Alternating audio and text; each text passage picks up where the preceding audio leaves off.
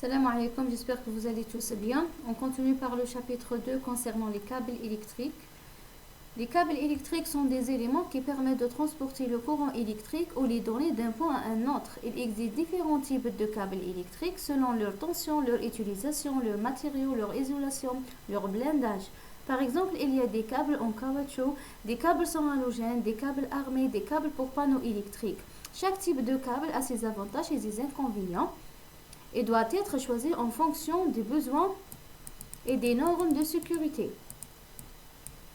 Certains principes de conception sont communs à tous les câbles de puissance, qu'ils soient utilisés dans le secteur industriel ou par les fournisseurs d'électricité. Les conducteurs de nombreux types de câbles peuvent être en cuivre ou en aluminium. La décision initiale prise par l'acheteur est fondée sur le prix, la masse, le diamètre du câble, la disponibilité, la compétence des soudeurs disponibles, la souplesse du câble et le risque de vol. La nature du conducteur de la plupart des câbles de puissance est l'aluminium massif, l'aluminium tourné, le cuivre massif et le cuivre tourné, bien que le choix puisse être limité pour certains standards de câbles. Les conducteurs massifs permettent plus facilement l'adaptation de connecteurs et l'assemblage des armes aux raccords et aux extrémités. Les câbles avec des conducteurs tournés sont plus faciles à installer grâce à leur plus grande souplesse. Pour certaines applications industrielles, un conducteur très flexible est nécessaire. Quand les longueurs de câbles sont relativement courtes, un câble de plusieurs conducteurs est généralement moins cher et plus commode à installer qu'un câble à un seul conducteur. Les câbles à un seul conducteur sont parfois utilisés dans les circuits où des courants de charge élevés exigent l'emploi de grandes sections de conducteurs, par exemple entre 500 et 1200 mm². Le branchement en parallèle de deux ou plusieurs câbles à plusieurs conducteurs serait alors nécessaire pour obtenir le courant requis, ce qui présente des difficultés d'installation, spécialement dans les boîtes de raccordement. Les câbles à un conducteur peuvent aussi être préférés quand la taille des conduits est faible. Lorsque de longs parcours de câbles sont nécessaires entre les points de raccordement ou quand des exigences de soudure dictent leur emploi. Il est parfois préférable d'utiliser un câble à 3 conducteurs dans la partie principale de la longueur de câblage, puis un câble à un conducteur pour entourer dans l'espace restreint d'une boîte de raccordement. Dans ce cas, une transition entre un type de câble et l'autre est obtenue en utilisant des jonctions trémono qui sont placées à plusieurs mètres de la boîte de raccordement. Des câbles blindés sont disponibles pour des applications où les rigueurs de l'installation sont sévères et où un degré élevé de protection externe contre l'impact durant le fonctionnement est exigé. La construction d'un câble. Alors généralement, les câbles consistent en plusieurs fils isolés de même section, réunis sous une ou plusieurs enveloppes isolantes supplémentaires en fonction de leur domaine d'utilisation. Il existe donc un vaste choix selon la section, le nombre de conducteurs, la rigidité et les diverses protections extérieures. La construction du câble électrique dépend du type de câble, de son application, de sa tension et de son environnement. Un câble est caractérisé par une tension assignée qui indique la tension maximale pour laquelle il a été conçu, qui n'est pas nécessairement la tension à laquelle il va être utilisé. En général, un câble électrique peut comporter ou constituer d'une âme conductrice, une enveloppe isolante, des conducteurs, des sections des conducteurs, la contrainte thermique, l'assemblage, le bourrage, le câble, la canalisation classique, le repérage des conducteurs. La protection du ou de conducteurs, la gaine, les armures et les écrans ou blindage. Alors normalement, je vais vous envoyer une vidéo sur la plateforme Moodle qui vous explique en détail la construction des câbles électriques. On passe maintenant pour la section d'un câble électrique. C'est quoi une section? Alors la section des câbles électriques est essentielle pour assurer une distribution d'électricité sûre et efficace. La section d'un câble électrique se réfère à la taille de la conductrice métallique qui transporte l'électricité. Elle est généralement mesurée en millimètres carrés et détermine la capacité du câble à transporter un courant électrique donné. Pour choisir la section appropriée, il faut tenir compte de la puissance, de l'intensité et de la longueur du circuit électrique. Le choix d'une section de câble adéquate est crucial pour garantir la sécurité et la performance d'une installation électrique. Alors, généralement, la section porte une équation pour calculer la section d'un câble électrique. La section est égale à la résistivité fois la longueur fois 2 fois le courant sur la chute de tension. Alors, S, c'est bien la section de câble. Rho, c'est la résistivité du matériau du conducteur. L, c'est la longueur en mètres. Ça, c'est 2 fois la longueur. Ça veut dire la longueur aller et retour. C'est pour cela la longueur est produite fois 2. Alors, fois le courant sur la chute de tension.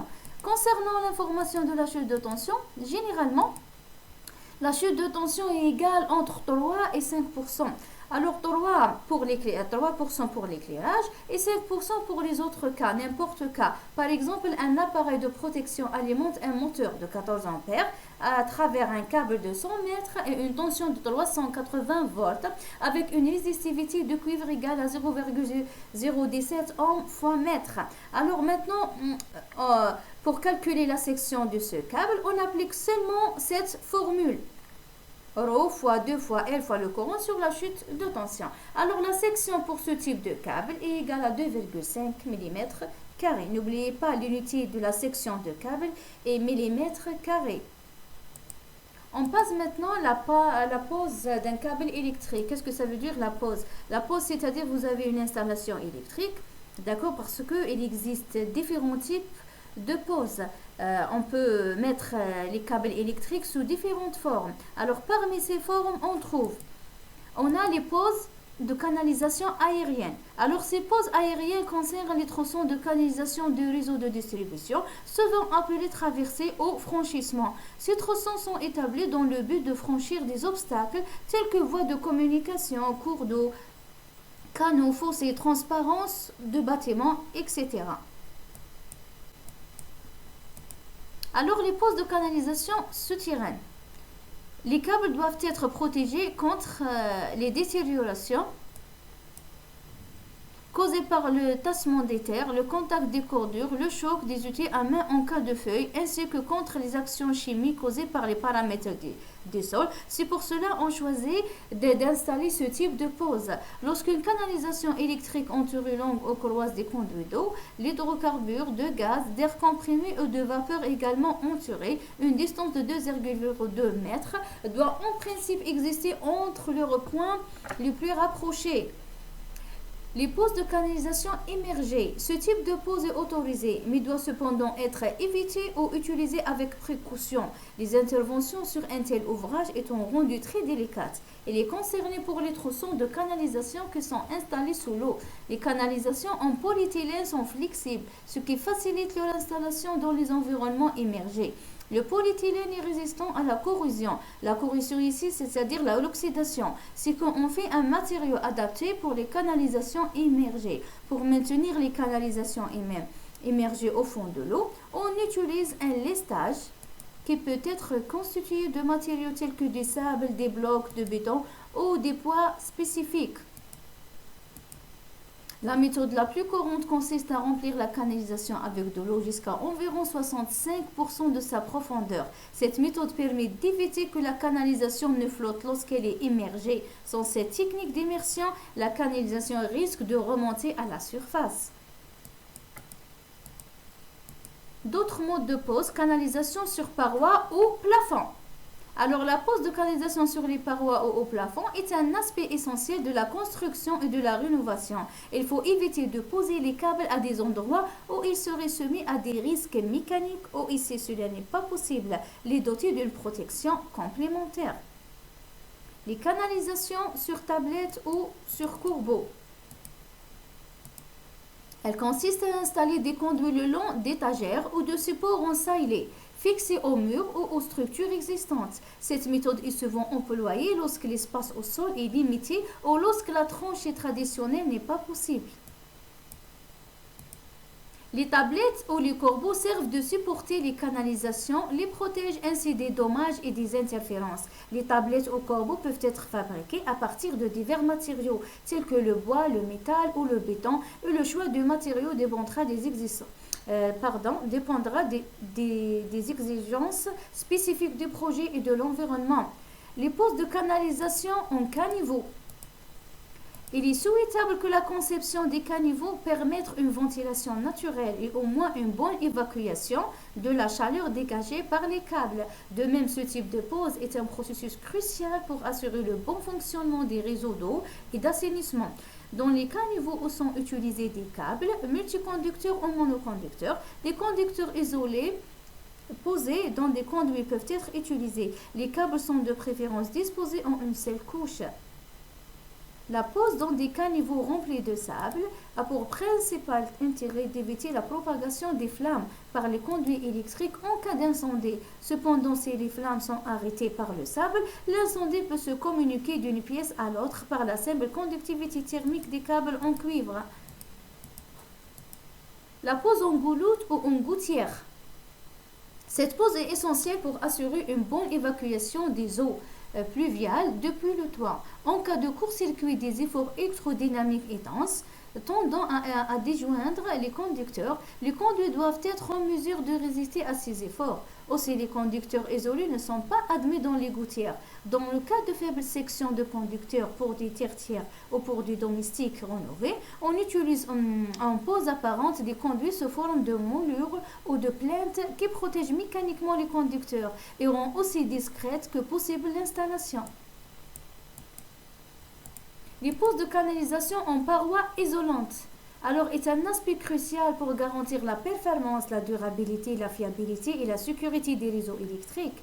Les volumes des parois isolantes permettent de faire l'encastrement des canalisations à moindre coût, car les saignées sont rapidement effectuées et rebouchées au plâtre. La pose de canalisation en contact avec des matériaux thermiquement isolants ne doit pas détériorer l'isolation thermique ni réduire de manière très importante la qualité thermique, par exemple, d'un bâtiment. Les poses de canalisation noyées dans la construction est un processus essentiel pour intégrer les réseaux d'eau, d'électricité ou d'autres fluides de manière discrète et efficace. Une canalisation est considérée comme noyée lorsqu'elle est complètement enrobée dans le matériau de construction, par exemple comme le béton, maçonnerie, etc. Elle est rendue inaccessible après l'achèvement de la construction. La pose de canalisation noyée nécessite une planification minutieuse pour garantir leur bon fonctionnement et leur durabilité.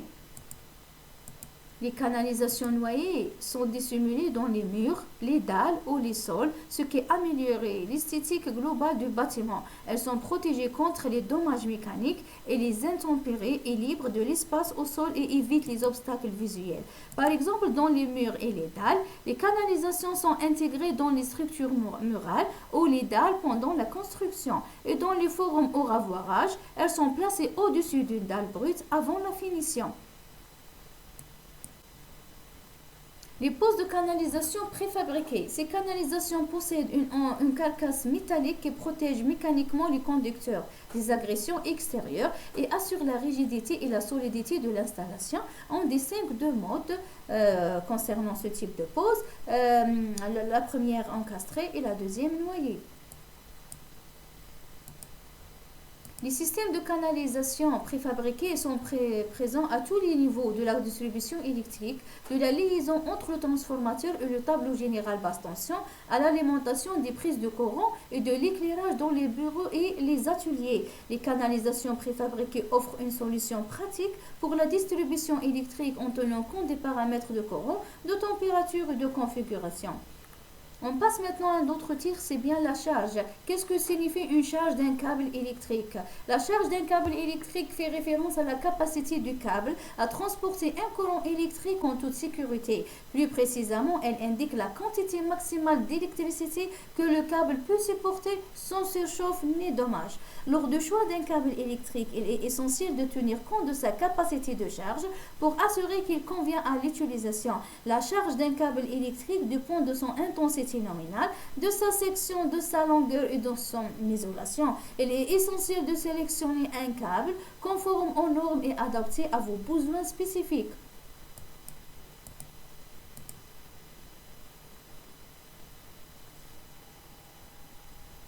Généralement, le choix de câble électrique, il dépend de choisir l'intensité nominale, la section du conducteur, la longueur du câble, le type d'isolation. Je termine par la dernière partie qui conclut le choix de la section d'un câble électrique. C'est-à-dire, par exemple, si vous avez une installation électrique d'un câble électrique dans un circuit électrique, il faut toujours choisir le câble électrique qui dépend de la section. Toujours.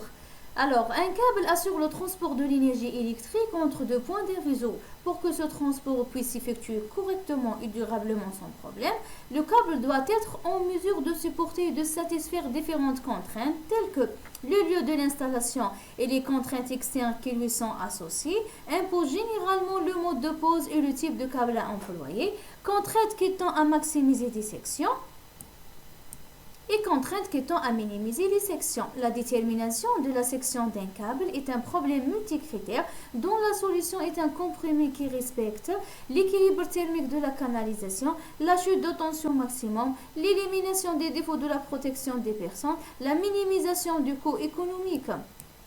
Le choix de la section d'une canalisation correspond à suivre les données suivantes: courant d'emploi, mode de pose des câbles, type de câble à température ambiante et le type de protection.